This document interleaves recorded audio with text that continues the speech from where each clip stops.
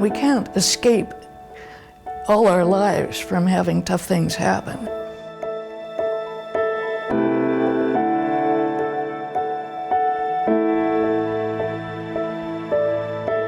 I was working up to a hip replacement, and you go on a list.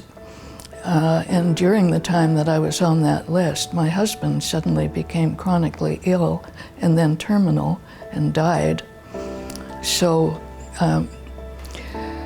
having a hip replacement in my future and that in my present was not the best thing that you could have done to prepare.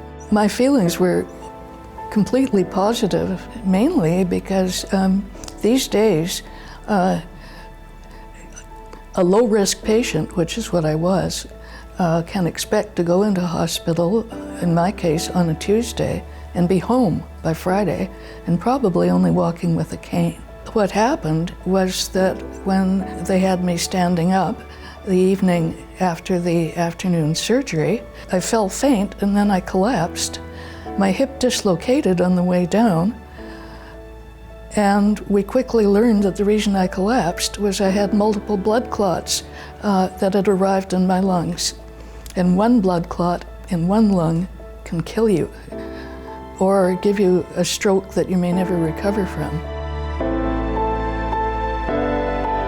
They were preparing a bed for me in intensive care. My chances of dying were greater than 50-50 for the first 4 days. I learned that I'd had heart problems. I had been on a respirator and got pneumonia in both the lungs, which were full of blood clots, and that the very, very heavy-duty clot buster drug that was being infused into my veins was causing great stress for my liver and kidneys. So I'd been on kidney dialysis for a few days. And when they took me off the respirator, my throat swelled up so quickly and suddenly that I couldn't breathe. So I immediately had a hole punched in my throat. So I was basically on assisted breathing through a tube for 5 weeks. I had incredibly positive, supportive staff who took the time to fill in the gaps for me. I had friends, and many of them were in organized groups, if you like. When I counted them, I found out that I had over 60 people who I saw regularly, like weekly or monthly, and we were all in email contact. I would really recommend that even if you're going in for the kind of minor surgery that I thought mine was, be networked. You may need it. Well, happily, I wasn't in for a full 3 months, so I got out for good behavior. But 9.5 weeks, I went in for my normal surgery on St. Patrick's Day. I got out on the 15th of May. I was so happy to be home, it energized me because I could look back and compare it. By September, I had recovered to the point where I was walking only with a cane.